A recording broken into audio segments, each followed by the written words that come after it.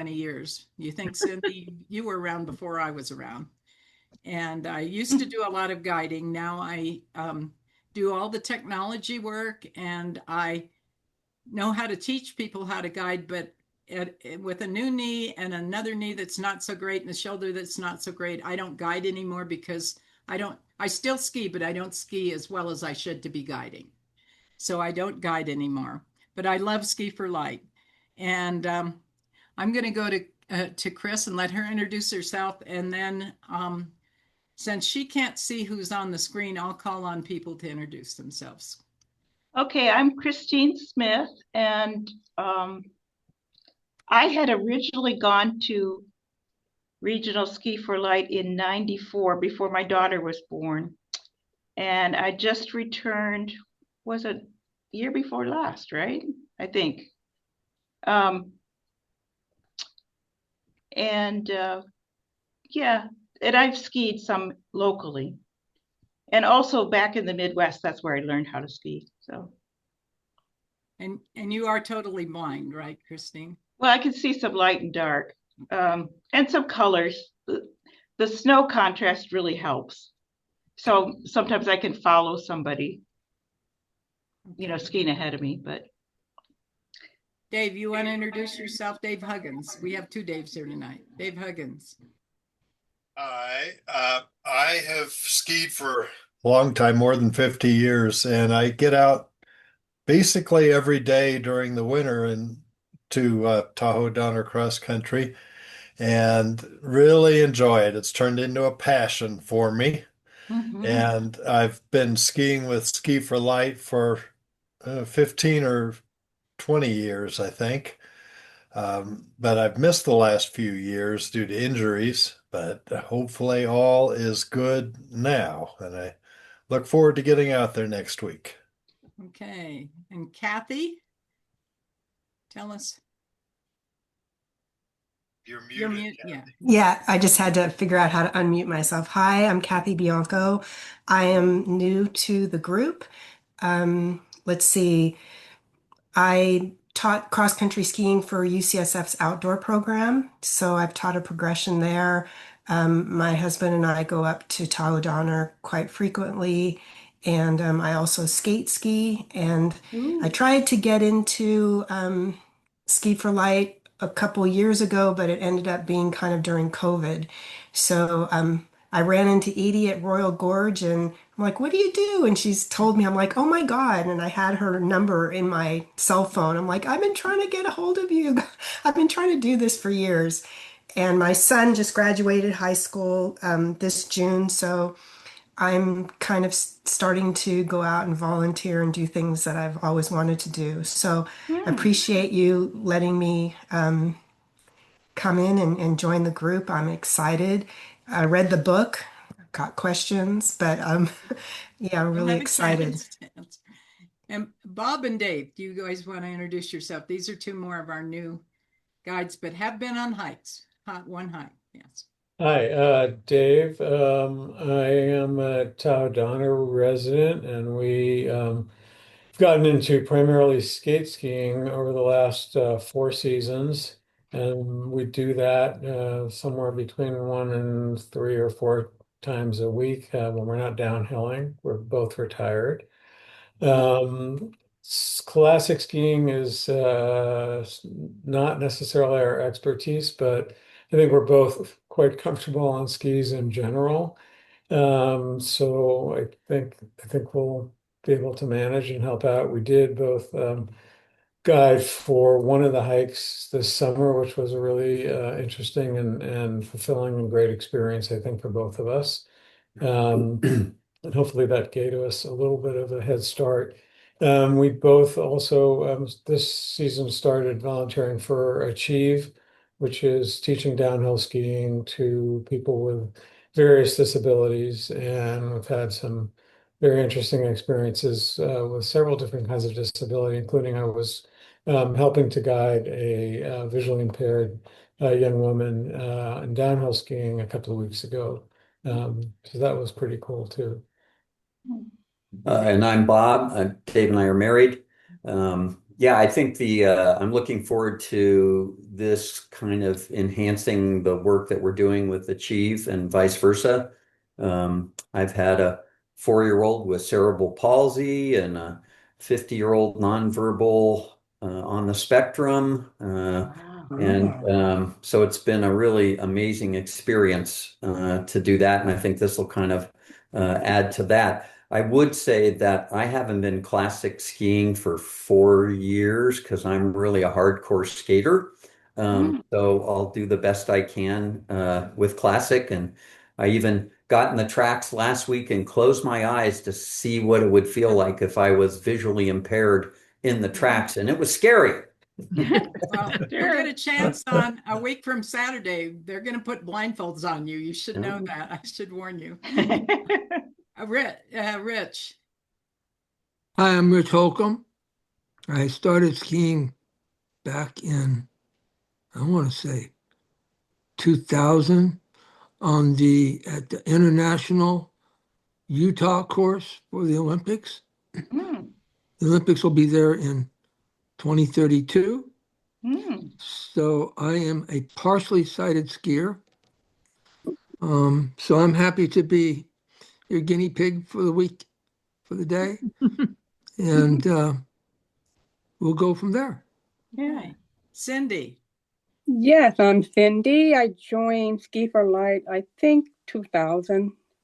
I started out skiing and loved it, but now that I'm a little older and a little more cautious, I retired from skiing, but I do the guiding, and I love the hike that we've been doing every summer. So, oh, and I'm a low partial, so I'm not totally blind. That's going to come up. That there are different varying degrees of blindness. So, Jean, and then Nancy. Jean. I'm Jean Snuggs. I started with the Ski for Light in 2012. I'm an old PE teacher by trade, so it's always fun for me to teach physical skills. It's real exciting and challenging, and so that's my background, which is really fun. And so I've been guiding ever since 2012. I also just like 3 days ago got back from the International Ski for Light, which is mostly folks from the United States, but they're where they have 100 VIPs and 100 guides and about 60 more volunteers to walk the dogs and all. And and that was an interesting experience. I just want you to know I did spend some time shoveling snow into the tracks so we would have enough to ski on. Oh, wow. Hopefully we won't have to do that after next week's storm. No. Oh, good. Anyway, so that's and in case you don't know that background, the International Ski for Light we're not, as a regional, we're not officially in any responsibility to them or vice versa, but they do share their experiences with us. There were a number of people there who have been in our regional over the years, and it was a wonderful experience, by the way, being there. We did decide that we were all in therapy trying to recover from the grouchy world we're living in right now. And people were incredibly excited and happy, and everybody helped each other. And it was a really cool experience. And I'm glad to see new people out here. Yeah. Yes. Nancy. Yeah, I've been volunteering with Sierra Regional Ski for Light for 3 years. Prior to that, I lived in Alaska and volunteered 26 years with a Challenge Alaska, which is a program real similar to Achieve Tahoe. So I knew about Sierra Regional Ski for Light because when International Ski for Light came to Anchorage, Alaska, I took off work for a week and volunteered as a guide and did love the whole event of that many skiers out there and the banquets and the dinners. So the dinners that we have with Sierra Regional Ski for Light are really a fun time to actually have time to sit down and get to know each other and chat and develop the friendship. So if you're not signed up to do that, I encourage you to do that. And it's not too late, even if you aren't staying at the hotels. So. Yeah, nope, I don't stay there, but I love the dinners. So, And Chris. Cindy, I am excited about your dog. Okay, I will tell can't you. wait to meet it. Chris, Okay, I'm just in the first week and I met my dog yesterday. He's a Oh. black lab male. His name is Zach. I like it. And he trots fast enough for me. He That's really good. trots when he walks. Chris, you were going to give us a brief overview of how Ski for Light and how Ski for Light International intertwines. Jean touched on it a little bit, but maybe you Yeah, can talk a little more briefly about it. Well, basically, people had been cross-country skiing in Norway and they brought the program over here. And so that became the International Ski for Light. I actually went in 1977 to Vermont, but it started here in 1975. And then there's various offshoots of that in different regions. I've met people that are involved in the Northeast, like Pennsylvania area. So it's a great program. Okay.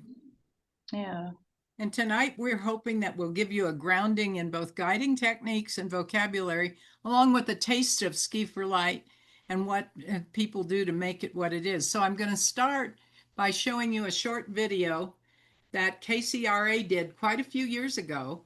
And some of the people are still in Ski for Light that are in it, but it isn't as high a resolution as it might be because it was done before KCRA was HD. So I'm going to share my screen and pray that this works. Yes. Yes. Okay. When was the last time you put your 100% trust in someone else? Some Tahoe athletes do that every time they cross-country ski. KCRA3's Deirdre Fitzpatrick reports their workout stretches the bounds of determination. Straight ahead.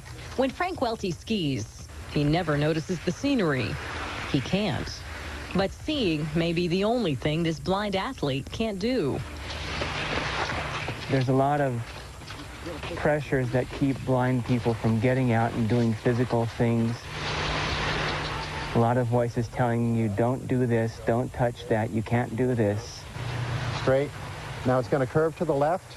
Another voice tells him what he should do. Steer left, good, straight. R.C. Upham is Frank's guide to the great outdoors. There's so much reward from getting out here and just skiing and being with a ski partner that probably couldn't do it without our help. You got that freedom, and you also get in touch with that physical aspect of yourself. The program is called Ski for Light. I like the idea that I'm not deprived. It helps blind athletes get a workout that stretches the imagination as much as the body. It's not something that you do as a blind person. You don't go that fast. Well, Frank, would you sidestep to your left? The guides use 20 commands to tell skiers when to turn, slow, and even fall for their own safety. One of the most effective training tools for new guides is the blindfold. They put it on to simulate what the blind person is experiencing. Within seconds, you really feel disoriented, and you get a sense of just how unbalanced the blind skier must feel. The most difficult thing is getting the instructions out fast enough. Out here, even falls raise spirits. Sure, my butt gets a little sore from that, but, you know, the bottom line is if you can do this, you can do anything. And he does mean anything. Are you throwing snowballs? Oh, my God. A snowball fight between two blind guys. It's just two folks out skiing having a good time. A good time in the great outdoors where disabilities melt quicker than snow. In Truckee, Deirdre Fitzpatrick, KCRA3 reports. That was nice. Okay, we do have a couple more videos. Chris, you were going to talk about blindness, which you already did in between. Yeah. And I think we'll now go to the sighted guide video, which is about how to guide people around the lodge and in the back. One thing I wanted to add is some people have been born blind or lost it as a child, and others, you know, have progressive diseases that they lose it as adults or older adults. And, you know, so people have different levels of, I guess, experiencing the world. And it's just different. Some people seem to have more easy time adjusting to different places. I've noticed of different people I've guided both in the lodge and out skiing, and others are more fearful and might want more help. Don't give people more help than they want around the lodge, and don't give them too little help either. So the video that we're going to play now, I'm going to start, and it should work this time since I'm already on it. I'm going to start sharing again. Hi, my name is Larissa Desires. I'm a certified orientation and mobility specialist, which we shorten to O&M. I teach people who are blind or visually impaired how to travel safely and confidently indoors and outdoors, and I give people an opportunity to practice their new skills. The first thing I want people to know is a technique for walking with another person called sighted guide or human guide. For this video, I will call it the more traditional term sighted guide, although a person who is visually impaired can be an excellent guide if they are skilled travelers themselves. For this video, you are the guide, and your companion is the person who is blind or visually impaired and requesting assistance. Sighted guide technique allows both people on the sighted guide team to feel comfortable, safe, and actively walking together. So, how does it work?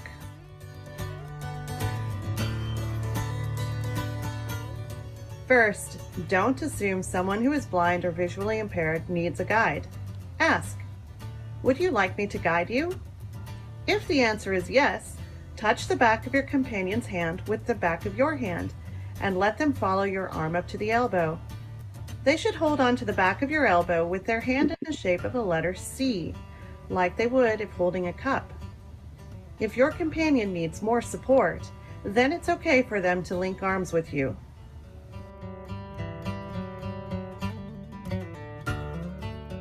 You and your companion should walk almost beside each other, while you stay a half a step to a step ahead. Most of the time, you will maintain this position. You should keep your arms steady and locked comfortably by your side. Your companion should stay close to you. The sighted guide team should walk at a pace that is comfortable for both people. While walking, go ahead and have a conversation, using special verbal cues for guidance only when needed. If your companion is very new to vision loss, appears anxious, is using a modified grasp, or expresses curiosity about the surroundings, give them more detail about the environment and provide extra verbal cues to help anticipate obstacles. An experienced team will not need much verbal cueing and will rely more on physical cues.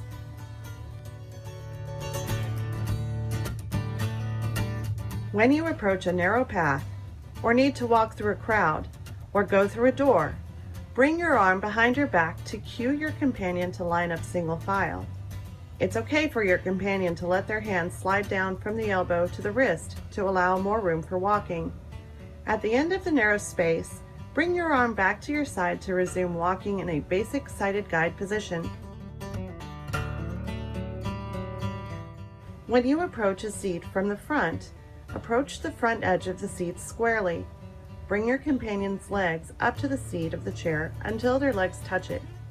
Most people should be able to seat themselves at this point. In special situations, when extra assistance is needed, watch to make sure the seat is clear and say something only if your companion's safety is clearly at risk. When approaching a seat at a table, approach the chair squarely from behind. Place your hand on the back of the chair and allow your companion to follow your arm down to the back of the seat. Again, most people should be able to seat themselves at this point. Remember, only if special assistance is clearly needed, give simple verbal information.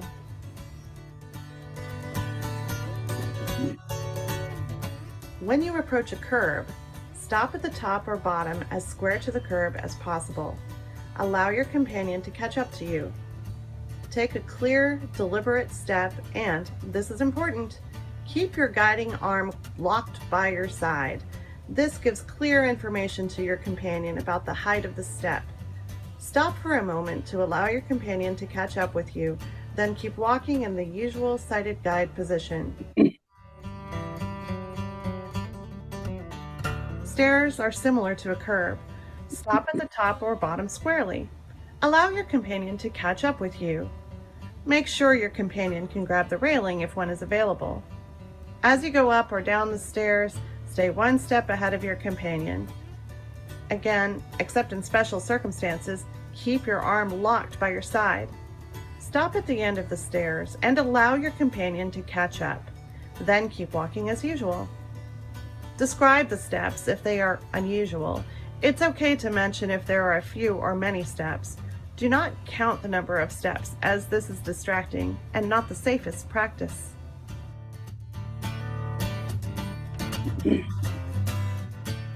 About face is a great technique for tight spaces like narrow hallways or elevators. You and your companion simply face each other and initiate a sighted guide grip with the opposite hands while turning yourself 180 degrees in that small space. You initiate the grip with the touch on the back of the hand, just as before. For doorways, just as with all other sighted guide skills, the guide always goes first. You will open the door, bring your arm behind your back in a narrow passageway position, and walk through the door with your companion, who should be ready to take the door and close it behind the team. You can give verbal cues, such as, "The door opens toward us," "The door is on our left side."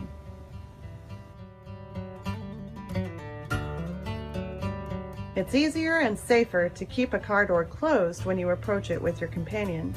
Place your hand on the handle and allow them to follow your arm to the handle. At that point, your companion can open the door to the car and get in on their own. In special circumstances, more verbal assistance may be needed. Please do make sure the seat is clear. So today we showed you how to use sighted guide technique with your friend, family member, colleague, patient, student, stranger, anyone you know who is blind or visually impaired and would like to walk with you. Sighted guide technique can be used anywhere you want to go.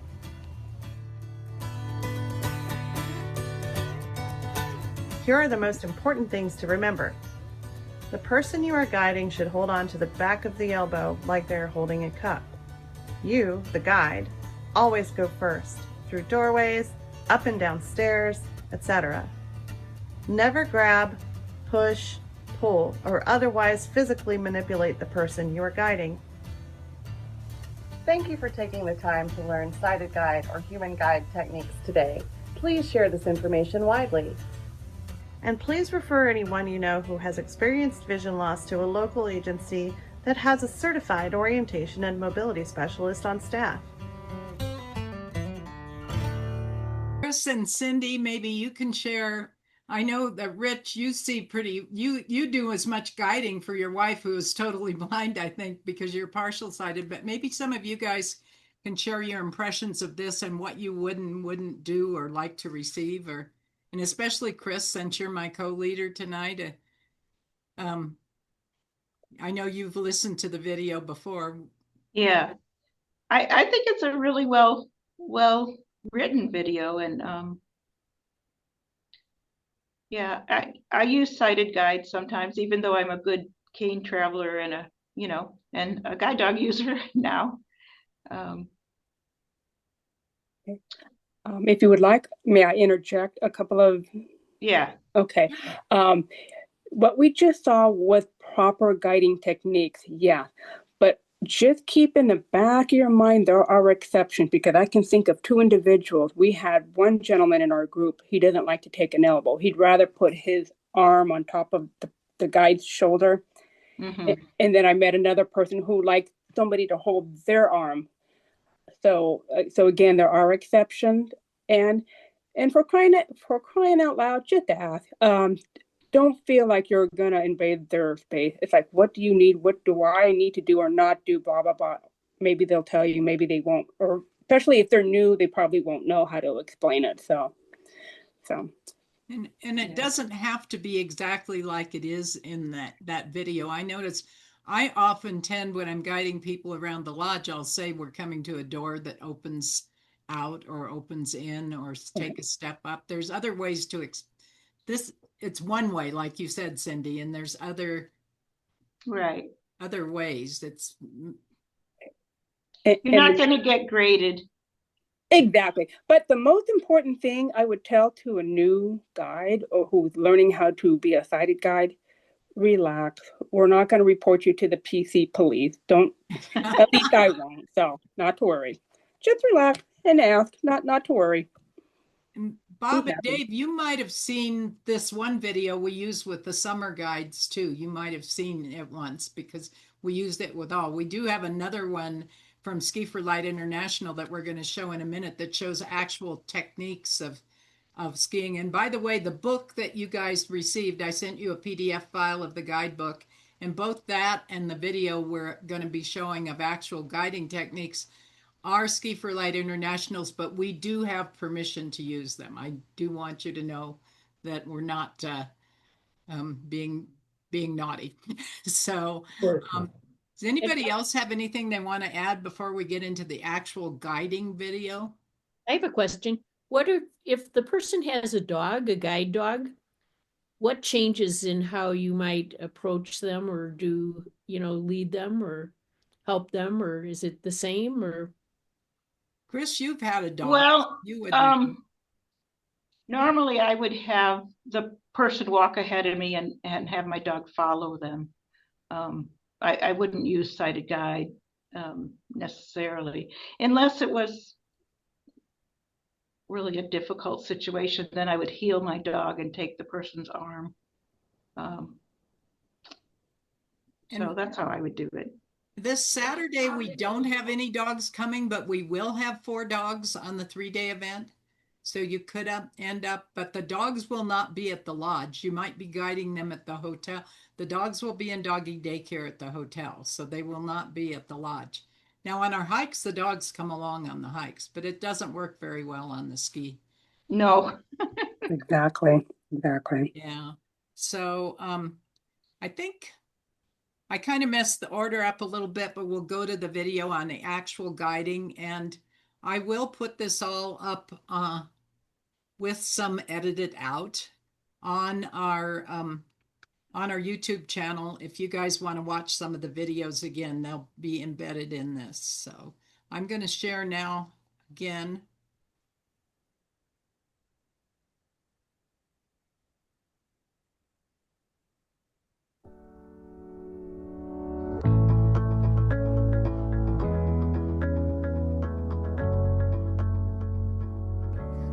Welcome to the Ski for Light Guide Training Program.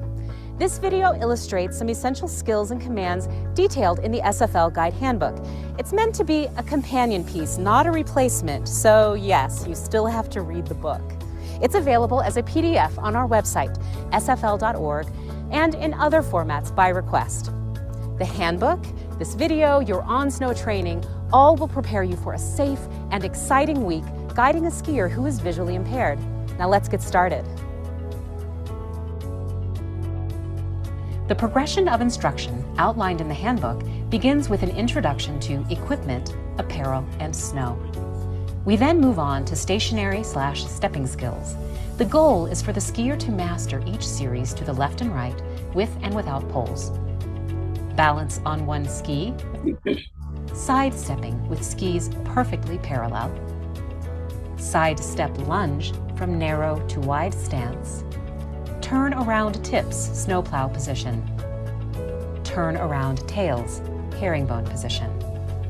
Now let's break down some other foundational skills with help from a few more veteran SFL skiers and guides.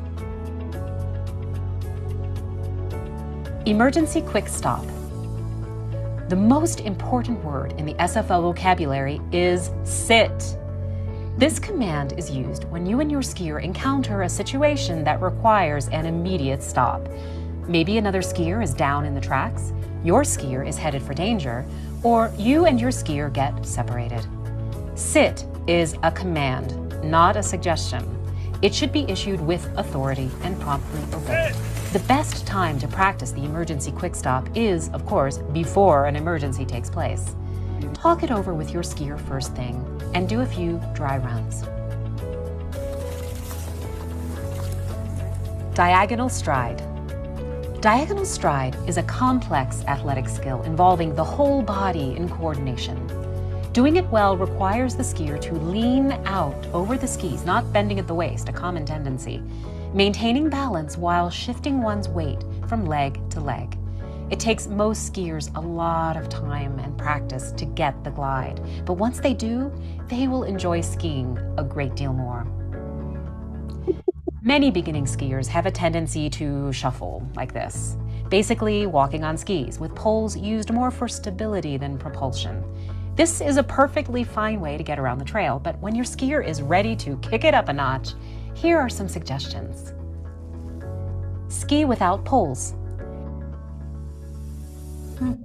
Glide drill without poles. Coach your skier to take 2 quick shuffle steps, then a long gliding step on alternating legs. Quick, quick glide, quick, quick glide. Pole holding drill. Take off your own skis and stand behind your skier. Grasp the bottoms of her poles and practice the saw and bob motion in tandem, flexing knees and swinging arms in a slow rhythm to get the feel of it.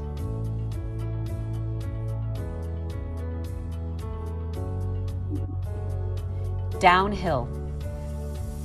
Truly, one of the great joys of cross-country skiing is zipping down a hill with gravity doing all the work. But it's a fine line between exhilarating and terrifying, especially for someone who can't see. Start small, progress slowly, and stay close to your skier. Here's a look at the progression of downhill skills. Master each one on easy terrain before moving on. Straight downhill glide in tracks. Soften the knees, relax the upper body, nose forward, and ride it out. Half snowplow. If a hill is too steep for a straight downhill glide, but well-tracked and not so steep as to require a full snowplow, the half snowplow may be just the thing to control speed and remain upright. For this reason, make it a priority to help your skier develop the balance and confidence needed to lift one ski out of the tracks, feel stable on the other leg with a slight flex in the knee, work the half plow, and then smoothly return that ski back into the track. Full snowplow. To teach the basic snowplow position, a combination of words and physical demo works well. Explain the body's position from head to skis and how the wedge or pizza slice works to control speed. Practice getting into the position on flat snow first, then on a very slight downhill with a long run out, safely away from other skiers. Until your skier is confident on a particular hill, sidestepping or even removing skis and walking down or up the hill is always an option. Uphill. What goes down must also go up. Methods for gaining elevation include straight uphill climb, shorter, bouncier steps to prevent sliding back. Half herringbone, with one ski angled out and edged in, acting as a brake or paddle, the other ski remaining in track to stay on course. Full herringbone, with both skis angled out in a V and edged into the hill. Only one arm or leg moves at a time, so the skier maintains 3 points of contact with the snow. Make sure your skier understands the importance of edging the skis into the hill. A flat ski will slide, and is maintaining the correct pole position, with points in and angled back rather than winged out.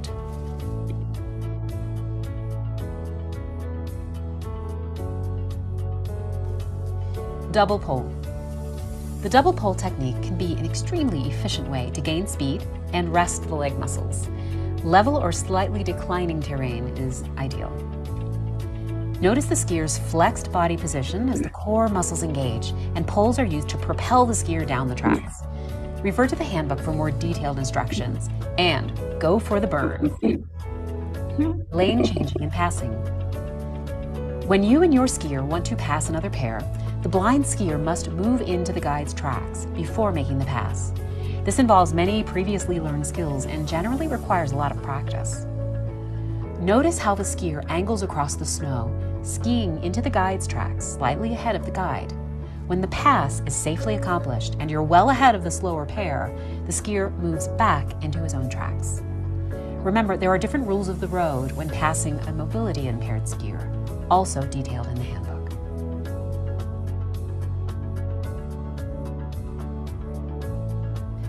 Completing the guide training program is your first step in becoming a safe and proficient guide. You'll continue to learn from blind skiers, other guides, and simple experience. Be safe, be an active listener, be open to new ideas, and be sure to share your experiences with other guides, your guide trainers, and the rest of us in the Ski for Light community. If you and your skier get stuck on any skills, ask for help. And when you return for future Ski for Lights, as we trust you will, remember that these resources will still be here to guide. Thanks for being here and enjoy the journey.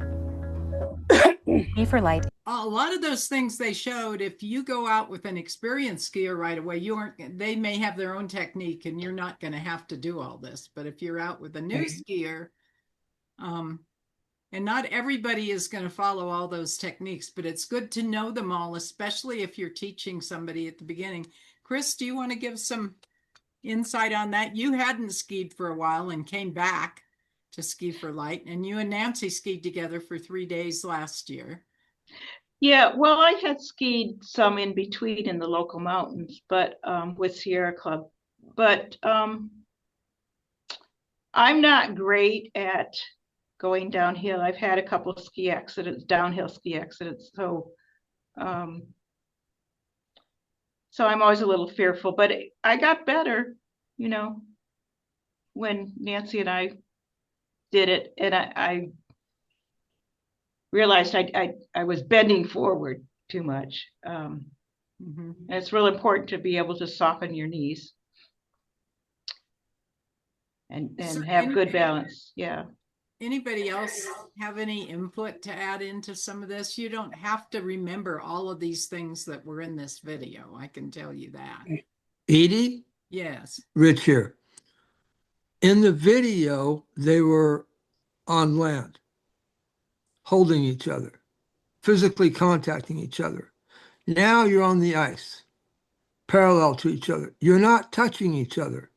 This is where it's going to be important for you, the ski guides, to use lots of verbal, describing what's around them, what's in front of them, uphill, downhill. And there's two techniques. One is skis left, skis right, or some skiers may prefer the clock. You're going to turn to 3 o'clock, 9 o'clock. So I'm just kind of throwing that out. Then I like to later talk about some exercises, verbal exercises you can do between now and the time we go crashing on the snow. Yeah, and the clock thing is important. Some people like tips left degrees, some people, or tips right degrees. Some people like the clock. Cindy, what did you prefer, the clock? Okay, I preferred the clock, and thank you for that, bringing that up.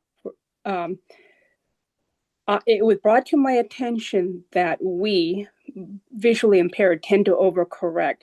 So if you and your skier have already decided you're going to do the clock, 2 o'clock, 3 o'clock, so let's say you want them to move to, let's say 3 o'clock. That's kind of drastic, but tell them 1 and find out their level of degrees, because we tend to overcorrect. I don't know if you remember that, Edie, with skiing with other individuals. Some do and some don't. Yeah. Okay. Probably important to practice it on the flat between, if you're with a new skier, practice where if you want tips at 1 o'clock or 2 o'clock or 3 o'clock or degrees, to practice it on the flat. Don't wait until you're going down a hill snow plowing. Right. To make sure that you and your skier, as Vicky, who used to be co-trainer with me and has passed away, used to say the most important thing is communication. Right. And communication again. So make sure you communicate ahead of time. And it's okay if you develop your own little what's the word I want to say? Language with your skier. Because I had a skier and I loved it. He would say, "Oh, this trail is about to garbage out." I knew what he meant, that it was gonna, when you get to the end and it kind of melts away. Or I had one guide, she just freaked out about trying to give me distance. 10 feet, 50 feet. So I said to her one day, I said, well, I said I had another guide who gave me directions like 1 car length, 2 car length. and she flew with that and she loved that. So it's kind of like a marriage, give and take. Right. You learn what the other one likes. So And that links or feet, it would be like if the tracks are ending. We all know at intersections, some places it's really easy to guide, like going out Lion's Leap, the track goes on forever. But there's some of these ones that go in curves where the track is constantly ending and starting again. And giving the skier an idea, like Cindy said, you might do car links or you might do feet or find out what your skier prefers. Some of the rest of you, Jean and Nancy, chime in with some of your ideas. I had a question. And Dave? I've tended to chatter a lot, I think, and maybe giving too much information about what's going on. Rich, I've been out with you before. Do you think that do you remember if I do too much or so that it's a distraction, or is it a good amount? I loved your verbal communications. This is what a lot of us are not good at, or at least my wife says, use more words, so you're great at that. I really appreciate that. Okay. And I think it depends on who you're guiding. Yeah. Some people want constant feedback. I can remember a girl that wanted to stop and feel the ice on the tree needles and wanted to talk about all the things surrounding. And other people just want to get out there and ski. So getting the communication thing is huge, and getting to know your skier, especially as they do more advanced things, like actually go down some of the hills where you have to snowplow and on. Can I ask a question? In the book, it looked like there was on land training. So can you answer, like, when do we get to meet the person that we're guiding? Is it Saturday morning at Tahoe Donner, or do we meet them Friday night at the hotel, or how does that all work? The ones that you're guiding on the 3-day, many of you will be going out with an experienced guide when we go to the 3-day. Now on this next Saturday, you will go out with Nancy and Jean, and there's going to be 6 of you, supposed to be, if everybody shows up, and take turns. First, you'll watch Nancy or Jean, or you may divide into 2 groups, guide Rich, or guide each other with a blindfold on. And then you'll take turn. Then you'll get a chance to guide with a blindfold on, and just on easy flatter trails. And you on the 3-day, you won't necessarily be with the same skier all 3 days. Some people are, some people aren't. It depends on, not all guides can guide all 3 days is one of the things. So you might not be with the same skier all the time. And you guys that are first year, some of you will be out by Sunday guiding by yourself with the skier, and some of you will not feel comfortable and would rather co-guide with an experienced guide. I try not to send somebody out that doesn't feel comfortable and ready to guide on their own. And then it depends on the ability. If you're able to go up to real steep places, I would rather have 2 guides with somebody that's a very good blind skier going up to Hawks Peak or something. I would want two good advanced skiing guides up with them if I have enough guides, because it's just safer that way. Where if you're down on the meadow and the shorter trails, it's not as much of a worry for a one guide and one totally blind person to be alone. So I try to match people with their skill levels. It's kind of important that you ski a little better than the person you're guiding. So the first time that we meet anybody that we're working with is going to be the Saturday morning of the 3-day weekend, right? Probably. Correct. Okay. And then inside the morning, and you're inside, and you have a chance to talk. You have a chance to help them with their equipment. You get to learn if they've skied before. I mean, you're never rushed to get out there on the snow. And then everybody's not together, right? Like a guide takes one skier and then does whatever, and then comes back at a certain time or something like that. Right. comfortably partner up lots of times. You know, Sometimes yeah, three it kind of couples just may happen. go out. Right. Yeah, but you might have, two pairs together. Okay. But You know. not necessarily. It's really you and your guide. The guide and the skier can make that decision to go out with another group or to come back for lunch or not come back for lunch. I know, Dave, when you've guided Mike Bittner, he likes to just ski and ski. He doesn't want to come back for lunch, right? Okay. And that's and so I always warn his guides, take a snack, because you don't know if you'll get to come back or not. Now that he's getting a little older, he tends to come back sooner. But everybody's different, and you're kind of on your own with your skier once you're proficient enough at guiding to go off with a skier by yourself. But you may go with, we've seen 2 or 3 couples go out together, 2 or 3 guides and 2 or 3 skiers. But you have to have people that are kind of at the same level to do that. And I have another question about the 21st, which is the learning day. Yeah. Yeah, so I just had a little problem with the Google form. It said like count me in, but I thought that meant count me in as a teacher. So I said, no, don't count me in, because I didn't understand how to answer those questions. I understood what you meant, and you have to be there. Somebody, Bob or Dave, had their hand up over here. Yeah, I had my hand up, Edie. I was just curious. You mentioned there may be parallel tracks to use with the skiers, but I mean, I ski Tahoe Donner 3 days a week, and I can't recall any parallel tracks. They often groom some extra ones for us, not always. It depends on snow conditions, for one thing, whether they're able to groom, when the snow should be pretty fresh by a week from, because we're going to have snow all next week, supposedly. Oh, good. So that the snow should be decent. And if it's decent, they'll try to groom some double tracks. They won't all be, though. Yeah, they get kind of limited by the skaters, because when you double check, they have to leave room for skaters, and so it kind of depends. And that segues to the second part of the question, that my understanding is you want us to be classic skiing as guides with our skiers, not skating. Right. Correct. Skating just doesn't work out too well. Going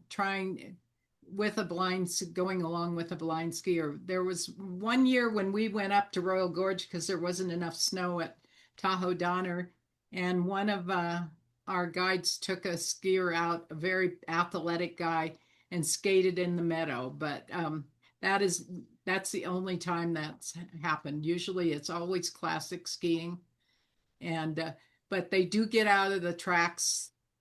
For instance, the steepest I've always was an intermediate skier before I got old and my knees got wonky, but a strong intermediate skier. And I've guided down from Sundance. Cindy, I guided you one time down from Sundance Hut. And I believe so. Yep. There, where you have to get out of the tracks and snowplow. Oh, definitely. Or you'll end up not making the turn and maybe ending up down in the valley. And that's a one-time trip.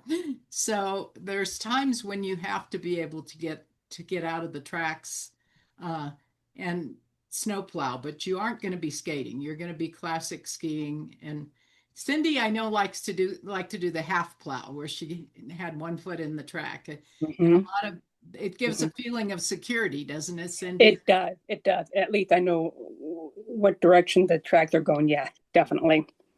One of the things that's really important that they didn't mention in this video is, because as you asked Kathy about knowing your skier, you're maybe just meeting them that day, is the interview. And I would like, Nancy, are you willing to interview Cindy like you'd never met her before and you're going to take her out to ski? Russ, can you do a little role playing with her? Sure, I can.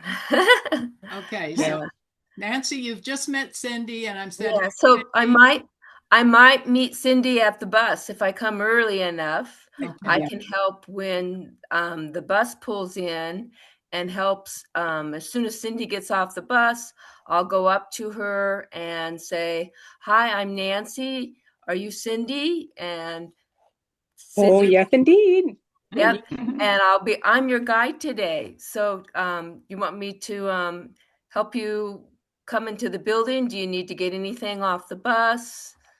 I have my backpack with me. I got my water bottle, but I need to go to the ladies' room. It was a long bus ride. And that's, they just came in from Sacramento. So keep that in mind. Okay. Yeah. So then I asked Cindy, how would you like to grab my arm? So I kind of check with her, like, how do you like to hang on and be guided? So I would like to take your arm. Now, I've had guides that ask me which sides do I want to walk on, their left or right. I don't care, but maybe it might be important to some other individual that they don't hear well out of one ear or not, something like that. So always ask it. So yes, Nancy, I would like to go into the building and I'd like to walk on your left and I'll grab on with my right. Okay, so I'll put my arm down and we'll start walking in. There's steps, like a couple steps there that we have to go in. We have to go in through a door. So all that video showed about putting your arm behind you, stopping at the stairs. And Tahoe Donner Alder Creek Center is busy. So we'll walk in and have to go around tables and other people. Mm-hmm. So then we'll walk into the bathroom and I'll walk her to where because the bathroom's new, it's a new room. I'll walk her to where a stall is and then let her, go to the bathroom and I'll step out of the way and be there for when she comes out so I can lead her to the sink and then out the door. So they're not familiar with that room. So you need to be prepared to help them find things in that room. And what about when you're getting ready to say, help her pick up her rental skis and get on the snow? What are the things you'd ask her before you would go on the snow? So usually the paperwork's all done as far as with equipment. So we'll go back to the equipment room in Tahoe Donner and pick up skis and boots and poles. And I usually ask, like, Cindy, do you want to go with me to the room and pick up the equipment, or do you want me to bring it back? I would like to go with you and I'll help you. Okay, sounds good. All right. So then, again, so I don't just, take over. I want to ask, these are adults here. They have, their opinion and and so I never assume. So we walk back to the equipment room and get the equipment wait in line and get the equipment. And then we walk back to our meeting room and go over to one of the chairs and we put on the boots.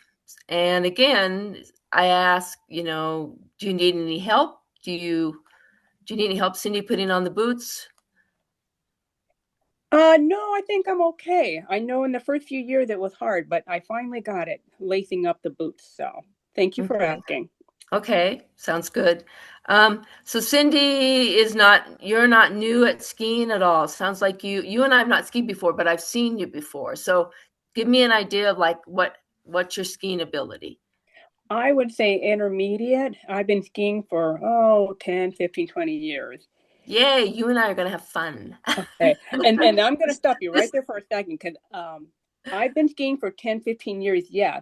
So we had a new guide a couple of years ago and they thought, oh, she must be an expert skier. No, because I only skied once every year, for the 3-day event. So I'm not necessarily a better skier, but not as good as they thought because I only did it once a year. So you kind of have to read between the lines when we say, oh, we've been skiing for years, but that's 3 days every year. So every year. So I should say, when's the last time you skied? Good question. So I skied 2 years ago, 3 years ago, something like that. Okay, that's good to know. And what sort of terrain do you like to ski? Do you generally like the long flat stretches? Do you like to do any of the long climbing up and down hills? I want to go practice gliding on the Meadow Loop. And then after lunch, I want to go to Ural Valley. Oh, you do want to go to Euro Valley. Okay. All right. So that's a down and then there's a good up. Okay. That sounds fun. So this is where she's gonna figure out if I have the energy or the stamina to go after lunch. Usually most of us don't, because I'm speaking for myself. I had one guy that said, no, I don't think we're gonna go to Euro Valley, because he was reading between the lines, and sure enough, he was right. I was tired. I was dead ass tired. So because once you're down there, it's a long climb up. Okay. exactly. So Okay. I just heard that Dave or Bob mentioned that they've been on the trail, so you guys kind of know the trail, so have an idea of the terrain rather. So that's an important point. So that we should also be paying attention to body language and if your energy level and if your ability to actually handle that terrain. Okay, that's good. Good information. Okay, do you want to grab the skis and go out to the snow? Since you are real familiar with the equipment, are you ready to go? Yep, I am. Okay. So I make sure you've got your hat and gloves, and we're all geared up. And then I'll go get the bibs. We need to put on our guide and our blind bib. Right. And this is where guides more often than not ask, what can we see? What can we not see? How do we want things described? This is where, kind of like a job interview. What do you want? What do we need to do? What do you want to do? That kind of thing. So are you a partial, totally, that kind of thing? So describe how you can see. Like, can you see me? Can you, when we go out into the snow, can you see the trees, the tracks? What's your vision? Nope, I can't see any of that. So I'm gonna prefer to stay in the track, so at least I know I'm in the right place. I want you to stay on my left, because I think the tracks are on the right, so I want you to stay on my left. The only thing I tell my guide is I don't want them on my exact left or right, if that may be the case, because if I fall, I want to fall down alone. I don't want to bring you with me. So if I need to do an emergency snowplow, I want you out of harm's way. Yeah. All right, that's good. One thing you haven't asked, Nancy, I don't know if you were still going to, and I'm interrupting you, is you should always check about hearing and any other physical thing that might affect, like if somebody's a diabetic and might get low blood sugar, things like that. We want to make sure we check hearing. I know Cindy has hearing aids. I do. She does have some hearing issues, right, Cindy? Although you seem to hear us fine tonight. But exactly. Thank you, technology. Yeah, and you wouldn't want. I was always, when I've matched somebody with Cindy when she was still skiing, I didn't want to put a real soft-spoken guide with her. Yeah. Because we've had a guide that's passed away that was a great guide and a great runner, but she was very soft-spoken. Mm-hmm. And you know that it would be hard for Cindy to hear a soft-spoken guide.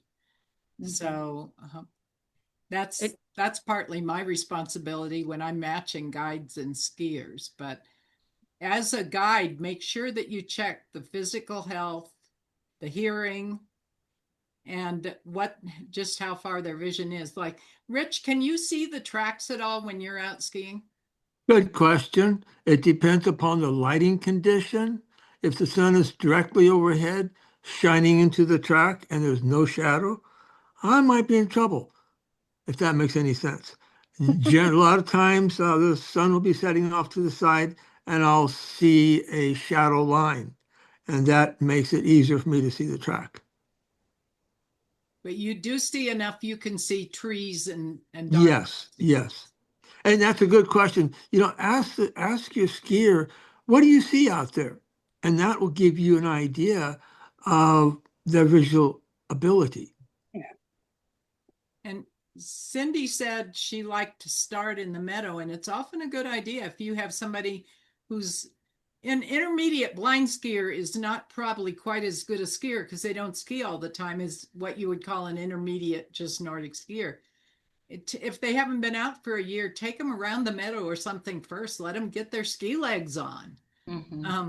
Because I know when I first, especially when I skied more hills, I don't ski near as many hills now. My knees are crotchety, but when I skied more hills and things, I like to go out on the flat for a while first at the beginning of the year, because we all kind of lose our ski legs over the summer. So if you're And remember, it's a higher elevation than most of us are used to. Good So. point. Exactly. Here, I wouldn't have thought of that, but you're right, Chris, that they're flat. Most of them are flatlanders. Yeah. So, Chris, that's a good point in that they don't have the stamina. If you're used to this elevation, I mean, I live at 5,000 feet, so it's no big deal. Yeah. But people coming in from Sacramento, they get winded. Some of them do because they're not used to that altitude. Yeah, Which I think it means takes you gotta one day. hydrate. You gotta hydrate, and don't forget your sunscreen. And I will have sunscreen there at the table during the 3-day for people to use if you don't bring any along. But always check with your skier, have you put on? Like you said, always bring your sunscreen. Always check with your skier that they have put on their sunscreen. We don't want to be responsible for anyone getting skin cancer. So, and the other thing is make sure that they have layers. Sometimes some of the new skiers tend to way overdress. Yeah. They're in, these thick coats and things, and they're way overdressed. And then there's Mike Bittner, who's will be skiing in jeans and short sleeves. Oh God. Cold rainy day, and I had a skier at Tahoe Donner tell me that I needed to make sure that I was going to give this. Are you in charge here? This fellow, you're who's skiing out there, he's going to have hypothermia. And I said, he works for, and he's retired now, but I says he works for the state of California and he's adult. I'm not responsible to put his coat on. And I knew that Mike was fine. That's just him.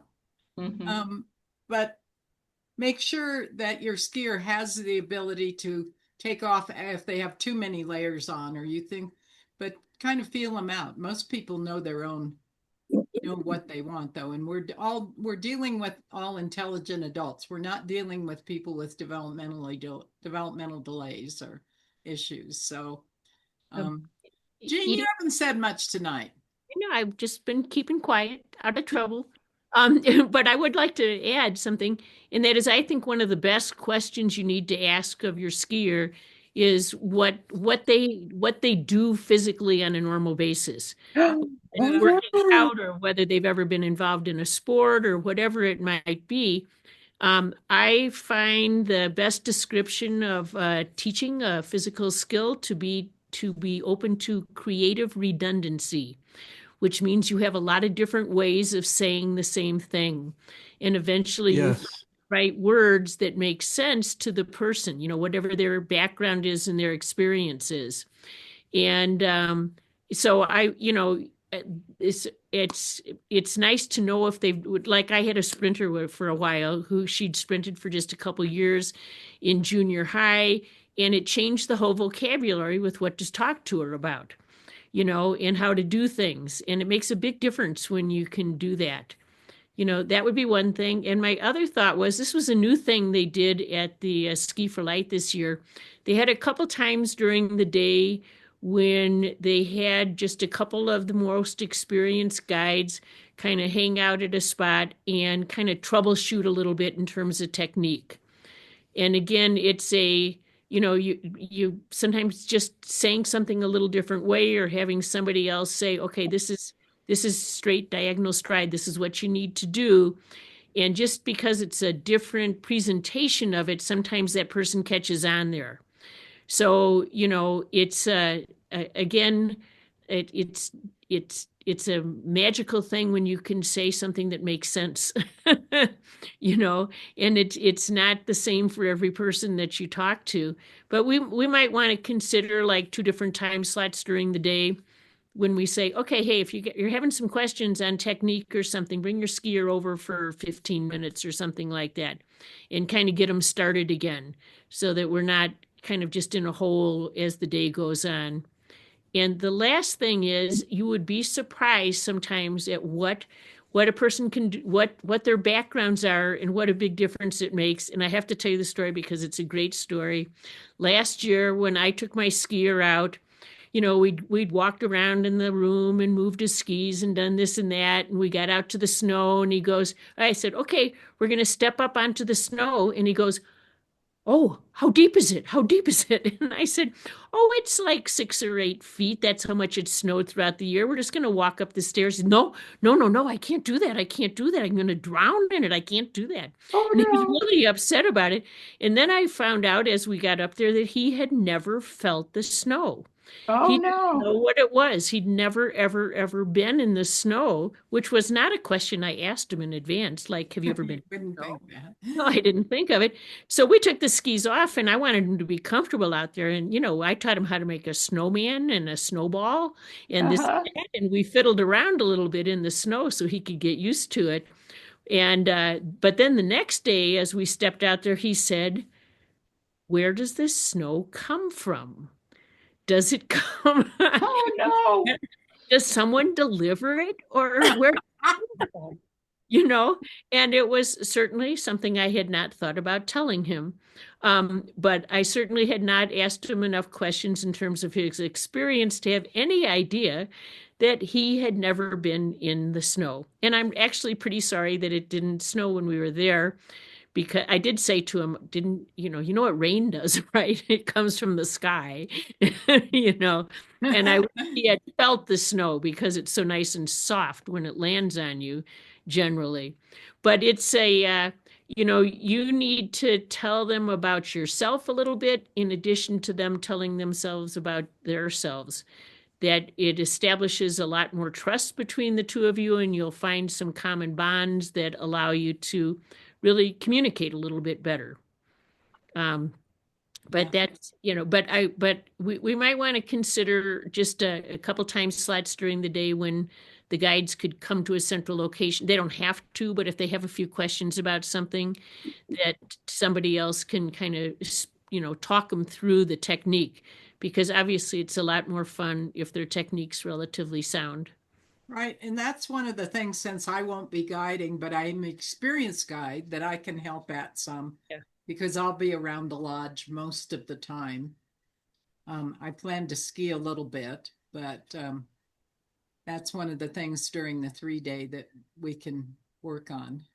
And some of your skiers you will find will not ski all day. You'll think, oh, you're going to be there all day. And some of them quit by lunch. And some of them, usually when we get to the 3-day, usually we have the first day, we might have a later bus and an earlier bus. But last year, wasn't it last year that the bus was really late getting up to on Saturday? Coming in the first day, yeah. Yeah, the very first day of the 3-day, our skiers lost a couple hours because of problems. And another time we had a bus breakdown. So I'm hoping this year that those things work out right. We do have a few skiers coming up. Dave is going to be guiding one of them. Besides the team that's training new guides, we have 3 skiers that are going to be going out with guides too. We combined it as both a day trip and a guide training. So there will be a couple of others of our group out in the snow. So when you do come on Saturday, which is not this Saturday, but a week from Saturday, you don't want to go this Saturday. We need more snow before we do this. We really need good tracks to guide blind skiers and to train you guys.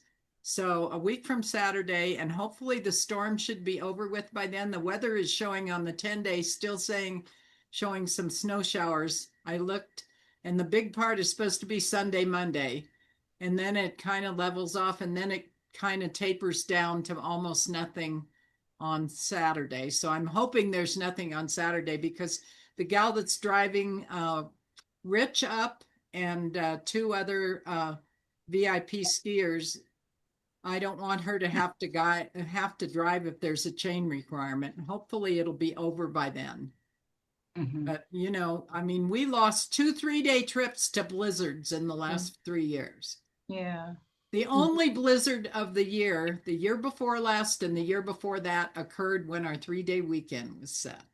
And I mean, gosh. they were total blizzards. The roads were closed. Hmm. So, you And- know, I've been trying to control the weather for a long time, but it hasn't. My husband will say I can control everything else, but Not the weather. I obviously can't control some of my technology too. I apologize for that, but we did get it to work. So do you guys have any other questions? Otherwise, and just a minute, Kathy, and I'll take your question. Be at the club room at Tahoe Donner at 9:30 on Saturday, the 21st. And you'll meet with Nancy and Jean, and they'll talk to you there first, and I'll talk to you a little bit, and then you guys will be going out with Rich. And Rich, I hope you get there by 9:30. We'll see. Yeah. But if not, Nancy and Jean can keep them going for a while until you get Sure. there. And that's another thing we didn't talk about is now Rich has his own skis. So even on the 3-day, he brings his own skis. Some of our skiers have their own equipment. And we do have a few that only snowshoe. So now questions. Kathy? You have I just have a question about the handbook. On page 9, it mentioned about when one pair involved in passing a MIP pair, which I don't know what MIP means. Mobility impaired. Mobility, yeah. Yeah, Mobility. Yeah. They might be on a sit ski. Yeah. That's from Ski for Light International's handbook, and we don't run into that situation usually, other than that there are a few sit skiers who aren't part of our group, but who may be out at Tahoe Donner. Okay. So It's really difficult for them to switch lanes. So, Okay. you know, if we have 2 lanes, then you're moving your skier over to the guide's lane. Mhm. Let the other people, you know, so you Yeah. can do it that way. But it's very difficult. You wouldn't ask a MIP to do that. You can't get them to move over like that. So you would Okay. ask your skier to sidestep a couple steps over to the tracks that you're in, if you're in double tracks, or if there aren't double tracks, just to sidestep over and let the mobility impaired in a sit ski or something go by. Yeah. And the I other don't thing, know. the other thing I'd like to add is to go back to what Nancy said some time ago. It really is nice when everybody goes to dinner as much as possible. It's a very interesting social situation. You know, it's your only chance where people really get to know each other and really talk to each other, because we're kind of separate most of the day. And if that's something that fits into your schedule for at least one of the evenings, if not both of them, we would encourage you to attend. And Dave, I notice you've signed up, not Dave with Bob, but Dave Huggins, you've signed up for dinner on Saturday night, right? I believe that's correct. Yeah, Dave usually joins us for dinner. And I know you two guys hadn't signed up, but if you do want to sign up, it's not too late. Just email me and let me know if you want to be involved in the dinners on either either Saturday, not Friday, either Saturday or Sunday night. Yeah, and you know, we have to pay obviously for that, but you can bring a check or something to the dinner. Yeah. You don't have to. And I'll take money anyway. yeah. And if Sonia wants to come with me, when do I need to make that commitment? You should probably let me know in the next week or so, Jean, or when do you need to I come? give a general number to usually Smokies. Okay. That's the right name. They usually Yeah. cater dinners. All right. I Probably give we the don't. general number, but then I correct it about 4 days beforehand. So probably at least a week or 10 days ahead of time would help to know. I'll be sending an email out asking all of the guides, because I have guides that I know are coming, haven't even turned in their applications yet, and asking any of the guides if they want to add dinner on either both Saturday and Sunday or one of them. But it is a nice experience. And Yeah, the applications are due in by like the 28th, so we still have some time. yeah. And Okay. if you're a guide that's staying at the hotel, hotel money is due by the 28th because a lot of things are non-refundable. You can pay for the dinners later than that. We're not as worried about the dinners, but I don't think there's any guides here that are staying at the hotel. So, we do Okay. get And another question. So the one coming up in a week and a half, there will be no bus, correct? It'll no, just be there's a no car? bus. They're coming in a car. Okay. Bus is only at the 3-day. You know, the bus is one of our biggest expenses at Ski for Light, is the hiker bus and the skier bus. It's what, close to $5,000, Jean, for the bus? Wow. About 4,500. We have to pay for, the housing for the bus driver and her food and all that. We have a great bus driver, though. It's worth the trip. And it apparently, I haven't been on the bus, but apparently it's really fun. That is a great bonding time in many ways. So, yeah, we And another question, there have been times when one of the Tahoe Donner instructors offers to give a little lesson. Is that happening this year or? I don't know if it will. Part of it depends. We do have the ones that used to give instruction weren't actually, one was Tahoe Donner instructor, one wasn't, but they're no longer skiing with us. But we do have an instructor who is a guide, and it'll depend on if I have to use him on the 3-day as a guide or if I can free him one day to do ski instructions. Okay. We do have one guide who is a trained instructor and has worked for Tahoe Donner. And Kathy, it sounds like you've taught cross-country skiing before in the past, right? Yes. Oh, am I unmuted? Yeah, I didn't teach it professionally. I taught for an UCSF's outdoor program. So pretty much the progression that you guys have is very similar to what I taught.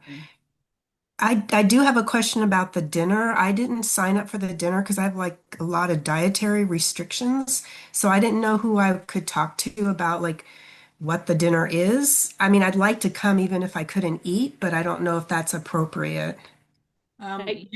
Jean, you can answer. I know we have regular and vegetarian options, but we If you don't have. tell me what your requests are, what you need, then we'll make sure we get something for you.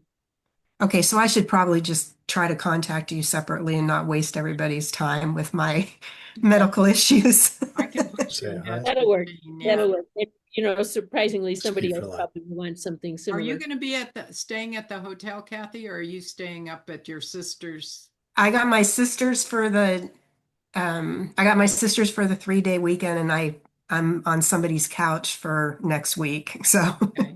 Yeah, and this next week we don't have a dinner or anything. It's just we're there from 9:30 to cameras about there. 3. so I can talk to Jean. Is that good enough to talk to you then on Saturday? Yeah, you could talk to her Yeah, when that's good we're enough. done on Saturday. Yeah, It's good. Okay. be good. Or what? Edie, Yeah. Somebody Edie, said Edie. Who said Edie? Rich. Rich. So if one has special needs, they should contact Jean? Yeah, or if it's just on the form, you indicate whether you're regular or vegetarian. It is not vegan, though. It is vegetarian, but they do have a lot of extra vegetables and things usually. But yeah, on the form, they should, if it's something special, contact Jean or through me. I'll send a message to Jean. If you send me a note, then I'll know. I mean, it's all centralized in terms of. And, You don't know all and if that you have really special needs, you may not be able to eat everything, but we'll make sure you don't starve. Okay. I would like to back up a little bit. Sure. Normally, it takes about 3 days to acclimate for a lot of people who are not athletic. And in that case, you might want to think about as a guide, and you're starting with beginner skiers. Well, Jean can talk more about this maybe, is you want to carry on a conversation with them. And if they're having trouble carrying on a conversation, they may need to think about turning back because skiing is a heavy endurance sport and we want to keep everybody healthy. And you might want to start with slow flat loops before you go into something more deeper. And if they can't carry on a conversation, then they've gone anaerobic. Well, and as a guide, you want to make sure you bring extra water. You know, I always take a day pack with me so I can carry their clothes. Yes, everybody brings too much. But And yeah, the hydration and taking it slow, like Rich said, it is important, I think, for the water helps our a lot. flatlanders to take it slow. I remember when I climbed Mount Whitney in my 60s, we met people that got up at 4 in the morning. I mean, got up at 2 in the morning, started on the Whitney Trail from LA, and were Oh, gosh. turning around puking their guts out by the time they got to Trail Crest because they thought they were athletes and that they couldn't get altitude sickness. So Mm. I know that it can happen. I've seen people get sick, and you're right, Rich, that people need and we can't bring people up ahead of time to acclimate. So what we can hope is that over the 3 days they acclimate and start Mhm. off easy. And some people take to altitude a lot easier than other people. Mm-hmm. You know, it's just, and it's not always fitness. Sometimes it's, who knows, it's individual differences anyway. So I think, does anybody have any more questions? I think we've covered most things. Remember, what is the most important thing? Communicate. Communicate, Mm-hmm. communication. That is the key. And I learned that from Vicky, when Vicky worked together for years on Ski for Light and passed away last year. And we miss her very much, but she's the one that taught me that if you're going to teach anything to new guides, teach them that communication is the most important thing. So I want to thank you guys for putting up with me and the technology issue, which we solved. And we will see you all a week from, except we won't see you, Chris, until the 3-day. Right, right. But And I'm going to go to bed because it's like 11 here. yes. Thanks. Good luck with your dog, Chris, and thanks for joining us and helping out. And Sure. If anybody Yeah, else has thank any you. other questions before I stop the video, let me know. I have one more question, or just if I don't know if you have some guide or a guide or anybody who doesn't have housing for the 3-day weekend, but I could offer housing to a guide if you want to put them in contact with me. Okay, I think most people either are up here or staying at the hotel. They either Okay. have cabins or something, but that's nice to know if there's anybody that couldn't guide without, because the hotel is a little expensive, but Yeah, it's just the 3-day weekend. I have my sister's house. The other day I'm couch surfing. So and then okay, I think that's it for you guys, and I appreciate everybody coming Thank you. for joining you. us for a refresh. Thank you, Edie. Thank you, Edie. Get better. Make I that hand will. heal. I feel fine, so I will. All right. Bye-bye, guys. Bye-bye. Bye.